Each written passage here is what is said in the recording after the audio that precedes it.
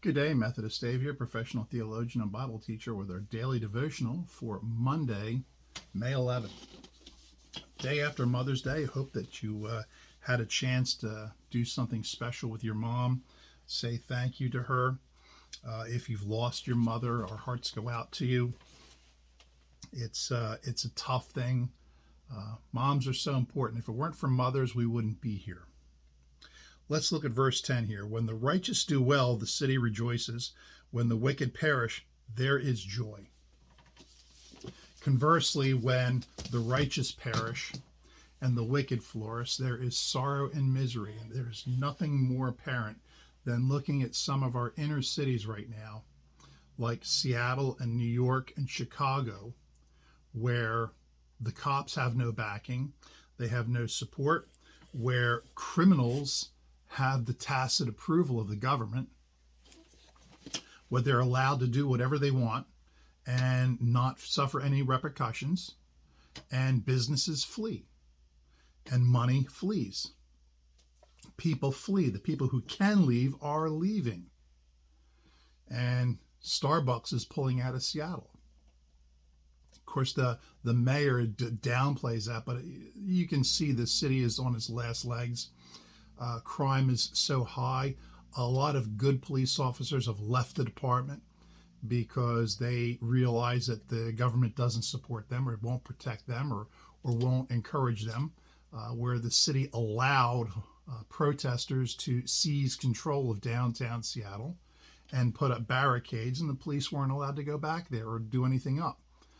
And people died because ambulances and fire department rescue personnel couldn't get in there to get to help people who were in need because of the violent protesters. So the city is sinking.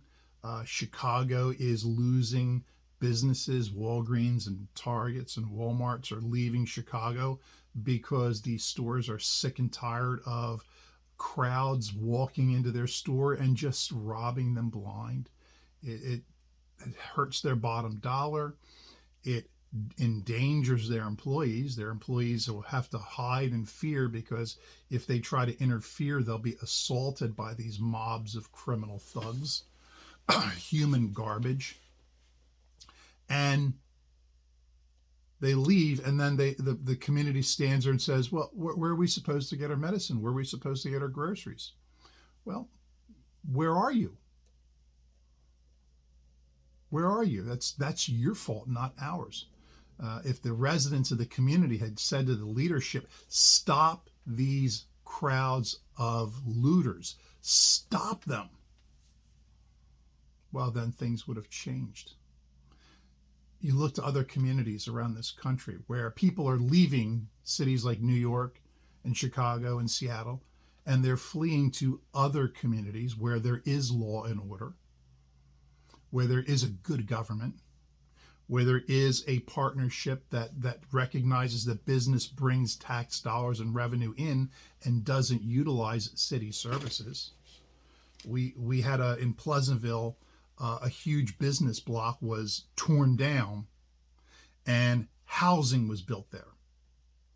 Now, housing is necessary, but remember, the business that was there paid taxes, used no city services. Now it's all residential, and every unit will have at least 2 students, and every student costs the city more money than that household takes in tax revenue. So the expenses of that city goes up and the revenue goes down. When there's not a partnership with business takes away its own trash and doesn't send anybody to school and does nothing but pay taxes. You know, when you prioritize that there should be business and industry in a community, that good business and industry that is profitable for the city, that gives the city money, and then the city now has money to spend on the community. But when you chase business out and bring in low-income housing that costs the city money and it doesn't profit the city, your community begins to spiral down. So you see so many of these inner cities are broke. They can't afford anything anymore because law and order was not important to them. Righteous people prospering was not important to them. But in the communities where they want business, where they want law and order, where they want good government, people prosper and they rejoice. And the criminals, they're dealt with promptly. It's common sense. Now, if you got a question about this or any other subject, drop me an email, methodistdave@gmail.com. I'll do my best to answer your question. Please hit the like, share, and subscribe. Until tomorrow, please be good to each other and contact your city and tell them we want law and order. We want reasonable, good government. Bye.